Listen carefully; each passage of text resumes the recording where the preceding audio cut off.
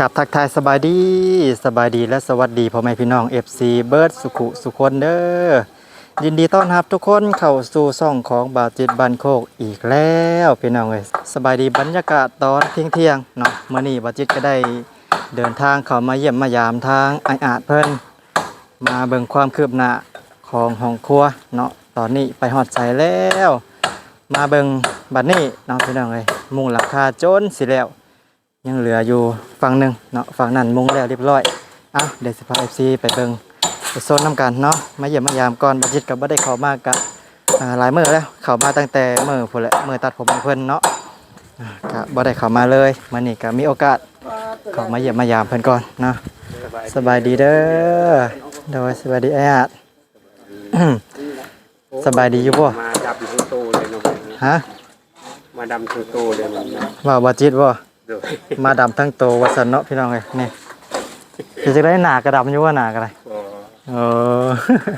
คือว่าดำทั้งตัวเนาะมาสุดดำเบิดเลยโดนเป็นกรุงเทพป้ากันแล้ว เอายังอยู่เนาะดับหน้าแล้วก่อนดับหน้าแล้ว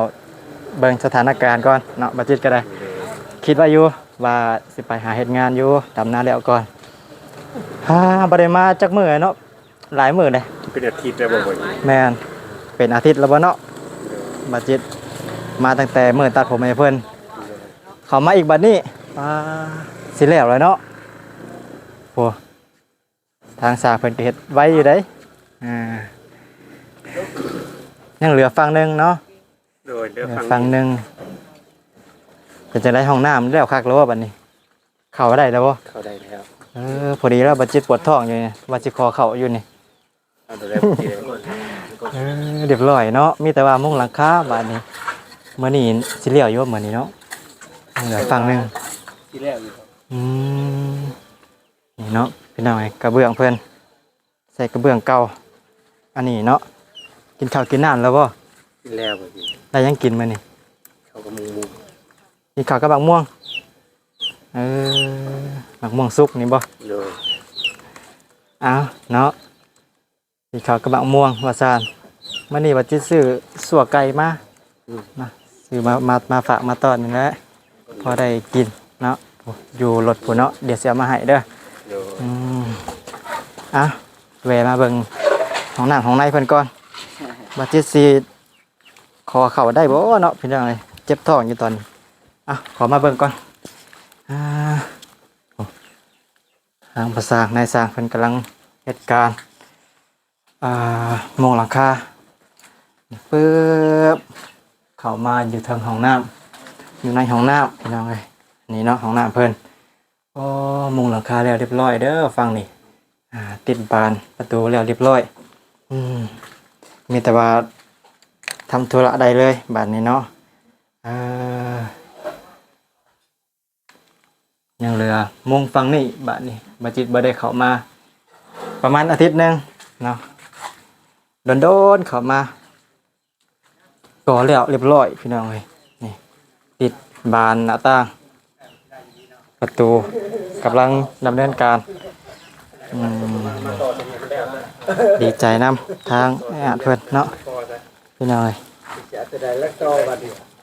นี่เนาะพี่น้อยเมื่อนี้บาจิตก็ซื้อสัวไก่มาฝากมาต้อนเพื่อนพอได้อยู่ได้กินเนาะเด้อบรรยากาศฮ้อนๆเมื่อนี้เนาะทางนายสากเพิ่นกับพักผ่อนสบายดีเด้อบ่าวนิวเนาะไม่พ่ออยู่บ่ลุงอ่ะไม่กันลบไม่นะครับก็สิได้เก็บใส่ด้านนี้มันพอเจ้าที่คันพ่อบอกว่าเรื่องต่อเอาแต่ยังเหลือน้อยนึงเนาะเหลือน้อยนึงพี่น้องแล้วบ่สร้างกันมุงแล้วก็40,000มุงเงินกระมุงราคาแล้วบ่มื้อนี้เนาะเอาอันต้นเทิงกระตัดกันว่าของแทนลุงแล้วได้แต่2ชั้นเนาะทางเทิงชุดแหละบ่ได้เพราะนี่เสียงเมื่อตัดเพราะว่าอยู่นี่บ่มีไฟฟ้าพี่น้องเลยเนาะแม่นแล้วเนาะยากนำนี่แหละบ่มีไฟมันงามเกิดแก่ซื้อ3ล้อมาให้แล้วพี่น้องเลยเนาะไปเมื่อบ้านพี่น้องใกล้เติบ อยากนำมวยไฟเนาะมวยไฟผ้า บ่นิ้วกับทางบ่าวมันใช้กับบอกบ่นิ้วอยู่ให้เอารถมาแก้แน่บ่นิ้วกับเบิ่งคนทางคือสิบ่รอด โอ้แม่นคนทางหน้าฝนเนาะ ได้อยู่อีกพี่น้องเนาะอ คนทางหน้าฝนเปื้อนพี่น้องเอ้ยบ่จิตขี่รถเข้ามาก็ยังยะขี่รถจักรเข้ามาก็ยังยะ แม่น อืมแม่นนั่นแหละ นางกะซีกระเบื้องเก่ามีข้อบ่นี่ คออยู่ดอกมือ นี่เนาะพออยู่ดอกเรือ แต่ว่าเฮาพันได้เลือกอย่างตัวเล่าที่มันเป็น อ๋อแม่นอยู่ตัวยังไม่ได้เลือกเนาะตัวดีตัวแตก กระเบื้องเก่านี่ลุงอาจไปทั้งอ้ายเพิ่นก็บอกให้ใส่ก่อน อืม ถ้าว่ามีงบมาเลยจังหวะเปลี่ยนนะพี่น้องเนาะ เออ คันว่าสิป้ามีแบบนี้ก็ย่านไหม้แบบมันดอก อ่า เนาะเพราะว่าช่วงนี้ก็ช่วงยามพ้นแล้วพี่น้องเนาะ โดย ก็ย่านแบบว่ามอกขึ้นพี่น้องเนาะ ก็เลยใส่กระเบื้องตัวเก่าไปก่อน โดย เนาะ พอดีกันไหม้แน่ กั เพ น ราะว่าผู้รักผู้ใหญ่เป็นให้มาเฮาก็อยากรักษาไว้มันดีเนาะลุงอ่ะเนาะ โดย อืมโดย นั่นเนาะ ก็คือเอาตัวเก่าใส่ไปก่อนเนาะถ้าว่ามีงบเพิ่มเติมก็จังเปลี่ยนไหมเนาะทางกระเบื้องทางหลังคาเพิ่นเอาแนวฝากเด้อกับข้าวกับน้ ที่เจอ ำโดยก็ได้ ตอน พอได้แล้วคาบหนึง ตอนนี้ยังขาดเรือยังลุงอ่ะตอนนี้ ขาดปูนแดงแล้วก็ขาดทราย ขาดปูนขาดทราย ทวนไม่สลา ไม่ทวน เป็นที่ทวน ไม่ทวนพี่น้องเนาะ ไม่ทวน แล้วก็ทรายเนาะ ทรายปูนแดง ขาดหลายอย่างอยู่เนาะ แล้วก็บ้าน ก้อนประตู ก้อนประตู เป็นจะได้งบมีอยู่บ่ใส่เดี๋ยวนี้ บ่มีแล้ว เบิดแล้วเนาะ เกี่ยงพี่น้องเนาะก็ได้ อ่า เพราะว่าเมื่อวานนี่ไอ้เตี้ยงกับเขามาเมื่อ อ่ กี้ า ก็เพิ่นมาแจ้งว่าบ่มีเพิ่นก็ได้เนาะ อืม ทางอ้ายเพิ่นก็หมดมาแล้ว เบิดแล้วเนาะ พี่น้องเนาะเราผู้ใหญ่ทานใดเพียงใจเนาะพี่น้องเนาะเมตตาลุงอาจ เออ นี่ก็ยินดีเด้อพี่น้องเด้อ เอ เนาะ อนะพูดละเล็กพูดละหน่อยเนาะสมทบกันเพื่อ พออยากให้มันแล้วพี่น้อง อ่า เนาะ เออ นี่เด้อปะไว้โอ้พี่น้องเนาะ สิปะไว้ก็ยันไม่เสียเนาะเอากระเบื้องเก่าใส่ไปก่อนพอได้บางมงไม้เป็นยังไงก็โอเคละสำเร็จกันเนาะกระเบื้อง ใจแล้ว หน่อย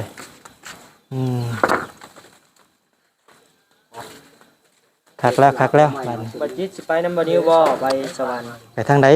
ไปสวรรค์พุ่นแหล้ว เออ หาเจ้าคนป่าหรือว่าแม่ตุนางเนาะพี่น้องเนาะหรือว่าสัตว์เทแถวเขตเบืองงานพี่น้องเนาะ ไปทำกันบ่ เออไปกับไปเลยเนาะเอาถามความรู้สึกทางไอ้อาจก่อนเนาะเป็นแนวใดดีใจอยู่บ่ได้มาฮอดสำนีเลย สุดๆเลยแหละ สุดๆเลยเนาะ บ่คาดคิดว่าสิได้คำนี้ บ่คาดคิดว่าสิได้เนาะ โดย ที่แรกคิดไว้ว่าสิได้แต่เฮือนนี่บ่ คิดว่าได้สำนี้ก็ดีแล้ว ได้สำนีก็ดีแล้วเนาะ จะมาได้เงินครัวได้ ได้มา น้ำอีกวันนี้ เออ ดีใจ แห้งคักบาดนี้เนาะดีใจที่สุดแล้ว บ่ได้เล่นไปป่าคือเก่าอีกแล้วบ่ที่ได้ ใส่ ผู้เบิ่งป้าแล้วผู้ของน้ำเคี้ยวแล้วเนาะพี่ เอ น้อง อพุ่นเนาะ กันว่ายามแรงก็ไปได้อยู่ยามฝนนี่ก็เพิ่นมาหัวให้ไปหน้าแล้วก็ เข้าป่าพุ่น ป่ามันก็บ่ได้นาได้บ่จิตนะ ของ มัน บ้าน เป็น บ่ แคมห้วยได้นั่นน่ะ เดี๋ยวนี้เขาก็มาเฮ็ดให้ไทยหน้าเนาะกะอยากอายแล้วบัดนี้ไปหา ไปเลยแหละ ไปเลยว่าดีใจบอกว่าตอบได้สั้นๆเลยว่าสุด ดีใจที่สุดฮะเนาะ ๆเลย เป็นจะได้ อาจเจิมเลยบ่ของน้ำนี่ เจิมเลยได้มื้อเช้านี่ มาสิถามอยู่ เรียบร้อย เรียบร้อยเนาะ แล้วต้องจุ๊ด ชั่ว เออ ๆเนาะนั่นแล้วคักตอนแรกว่าบ่นิ้วเลยสิเปิดสดพี่น้อง เอ เนาะ อ ก็โอ้ยย่านลุงอ่านแล่นหนี้ก็ย่าแล้ว เรียบร้อยเนาะทดลองเลยทานใช้ได้เนาะ เลย นายลุงรุด เลย คักบาทนี่โอ้ คือว่าสุดยอดแหละ ยอดลายเนาะนี่ได้เฮือนครัวได้ห้องน้ ขาดเทพื้นเนาะลุงอ่านเนาะ โดย ำ ที่ขาดที่ว่าใหญ่ๆตรงนี้ก็มี เท ท พื้ รานย กับชาร์ปเนาะ มีทรายกับปูนแล้วก็ไม้เซล่า ทรายปูนไมเซล่า อาจจะซอยบัจิตก็ได้เนาะอยากให้ได้เลยเฮือนเพิ่นก็แน่นคักได้หน่อยๆแต่ก็แน่นได้อันนี้เนาะนี่ฝนฟ้านี่ยากนะที่สิเข้าได้บัดนี้นอนอุ่นแล้วบัด หลายเท่าเนาะ โดย เป็นร้อยเท่าพอแล้ว บัดจิกจะเห็นตี้เนาะตะกี้เนาะโอ้ เป็นอยู่ได้ยินเพิ่นว่าอยู่พูอยู่ปลายนาพู บ่จิตก็มาทันอยู่เลย ช่วงนั้นมาบ่ทันมาทันตอนนี่แหละเป็นเฮ็ดแล้วเลยก็ติดตามเบิ่งอยู่เนาะติดตามมันจะซอยอยู่เดี๋ยวไปเลาะเบิ่งข้างหลังก็เด้อ โดย นะพี่น้อยคักแล้วบัดนี้บัดจิตบ่ได้เข้ามากัเป็นอาทิตย์หนึงเนาะ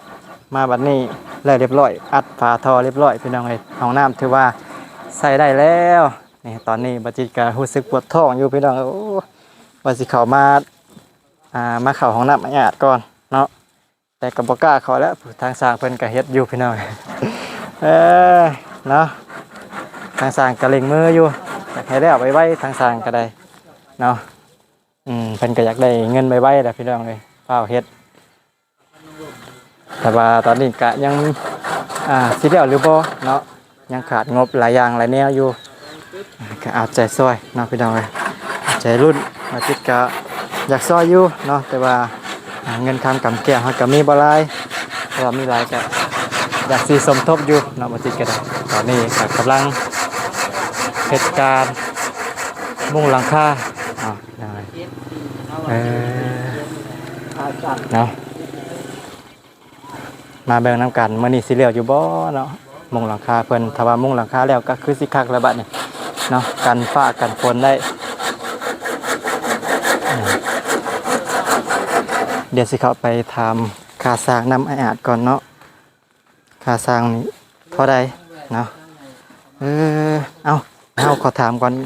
ค่าสร้างนี่เท่าใดบ่ ค่าสร้างให้เขาถามว่าแล้วเสร็จบ่ถึงบ่ดีบ่เลยหั่น12 ล้าน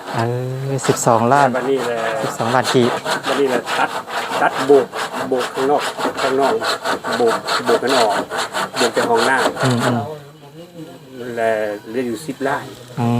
บ่ได้โบกข้างนอก เอาบ่ได้โบกเนาะ โดย เหลืออยู่10 ล้าน เหลืออยู่10 ล้านเนาะถ้าว่า โบกได้มาอีก2 ล้านมาใส่ให้กับเพิ่นก็โบกข้างนอกให้เฮาบ่ได้โบกเนาะก็อยู่10 ล้านตกอยู่10 ล้านพี่น้องถ้าว่าโบกทั้งนอกเรียบร้อยก็คือรวมเป็นเสร็จก็12 ล้านเนาะเอาอิงตามงบเนาะโดยสำนีก็คักแล้วว่าจิตว่าเนาะใส่งานห้องครัวแล้วก็ห้องน้ำอยู่ในอันเดียวกันคักบัดนี้ดีใจน้ำเนาะดีใจน้ำได้เกินคาดเนาะไอ้อะนี่ทีแรกคาดหวังไว้ว่าได้เฮือนก็สำนีก็ดีใจแล้วมาได้ห้องครัวได้ห้องน้ำอีกบัดนี้ก็แห้งคักเข้าไปใหญ่เนาะเลยเนาะแม่บอกครับยังบ่มาบ่ยังเลยบัดนี้ยังอยู่เนาะยังอยู่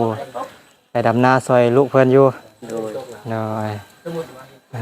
นอนผู้เดียวคือเก่าเนาะงานกันเลยนอนผู้เดียวก็คักอยู่เนาะคักอยู่อยู่ผู้เดียวงอมๆยังบ่แง่ไปแล้วบัดนี้เด้อสัญญาภาพนี่แหละเป็นจะได้อาการสุขภาพเดี๋ยวนี้ดีขึ้นกว่าแต่เก่าอยู่บ่ก็ว่าใครเนี่ยอยู่บัดนี้ดีขึ้นเรื่อยๆอยู่ค่อยๆดีขึ้นเรื่อยๆอยู่คือว่าค่อยๆดีขึ้นเนาะนี่เนาะเฮ็ดเวียกหนักก็บ่ได้เนาะค่อยๆเฮ็ดไปอันไหนเฮ็ดได้ก็เฮ็ดบ่ได้ก็พักก่อนเนาะตามที่เฮาเฮ็ดได้สุขภาพเพิ่นก็บ่ค่อยดีพี่น้องเอ้ยก็ขอบคุณเนาะทางผู้หลักผู้ใหญ่เบิดสุคนที่เฮ็ดเพื่อนให้เฮ็ดห้องน้ำห้องครัวให้เนาะพี่น้องขอให้ทางผู้หลักผู้ใหญ่เพิ่นมีสุขภาพร่างกายที่แข็งแรงเนาะให้ร่ำให้รวยขึ้นไปเนาะโดยว่าที่อยู่ในประเทศและต่างประเทศมีสุขภาพที่แข็งแรงทุกทาง เบิ่งข่าวแล้วก็ส่งปัจจัยมาช่วยเหลือ โดย ขอบคุณหลาย โดยเนาะขอให้ เป็นทุกทาง สาธุให้อยู่ดีมีแห้งบัดสุขคนเนาะที่ยืมมือเข้ามาซอยทางอาให้รับให้รวยขึ้นไปบัดนี้เนาะก็ถือว่าได้เกือบ100%แล้วมุงราคาติดบานประตูบานหน้าต่างก็ถือว่าใช้งานได้ก็โอเคแล้วล่ะเนาะหลบฟ้าหลบฝนได้เนาะวันนี้ก็มาเยี่ยมทางอาเพิ่นมาเยี่ยมมายามเนาะมาเบิ่งความคืบหน้าห้องน้ำห้องในก็ได้ประมาณนี้ตอนนี้กำลังมุงราคาอยู่เลยเนาะเราจิตกับสิได้เดินทางเมื่อไปป้าแล้ววันนี้เนาะเมื่อไหร่สิมายามไม่เลยให้สบายไว้เนาะสุขภาพร่างกายแข็งแรงเด้อหลายเดือนไปที่เด้อที่พยายามเด้อที่ไปถึงกับป้าเด้อเด้อปล่อยทุกทางปลอดภัยเด้อเด้อเนาะขอตัวเดินทางเมื่อป้าก่อนได้บัดโดยเนาะเป็นยังไงเธอมาเบิ่งห้องน้ำหันมาเบิ่งทางพี่ก่อนเนาะพี่น้อยมาเบิ่งกระเบื้องเพิ่นก่อนนี่อันนี้มันก็เป็นกระเบื้องเก่าเนาะเพิ่นก็ยังสิเลือกเอาอีกอยู่เลือกเอาโตบรรพุบรรพังออกเลือกเอาโตดีไส้นี่มันก็มีตัวแตกตัวหักเนาะพี่น้อยกลับมาเบิ่งนำกันมันสิพอหรือบ่เนาะกระเบื้องเก่าเพิ่นนี่เพิ่นใส่กระเบื้องเก่าไปก่อนเนาะถ้าว่ามีงบประมาณเข้ามาเพิ่มเติมก็จังสิได้เปลี่ยนเพิ่นว่าซั่นเนาะพี่น้อยสำหรับบัดจิตคิดเนาะได้กระเบื้องเก่าซะนี่ก็ดีแล้วล่ะเนาะดีใจน้ำเนี่ยกระเบื้องเก่ามันกับบ่แม่นว่าสีเก่าเลยเนาะมันยังใช้งานได้อยู่พี่น้องเนาะโอเคสำหรับคลิปนี้เนาะพี่น้องบาจิตก็ขอจบคลิปไว้เพียงเท่านี้ก่อนเด้อจังได้ก็ฝากเป็นกำลังใจให้บาจิตเนาะฝากกดไลค์กดแชร์กดติดตามและที่สำคัญก็ฝากเบิ่งโฆษณาให้บาจิตเด้อเพื่อจะได้มีกำลังใจในการถ่ายทำคลิปต่อๆไปพี่น้องโอเคสำหรับคลิปนี้บาจิตขอคำว่าสบายดีขอตัวลาไปก่อนเด้อบัดนี้เนาะ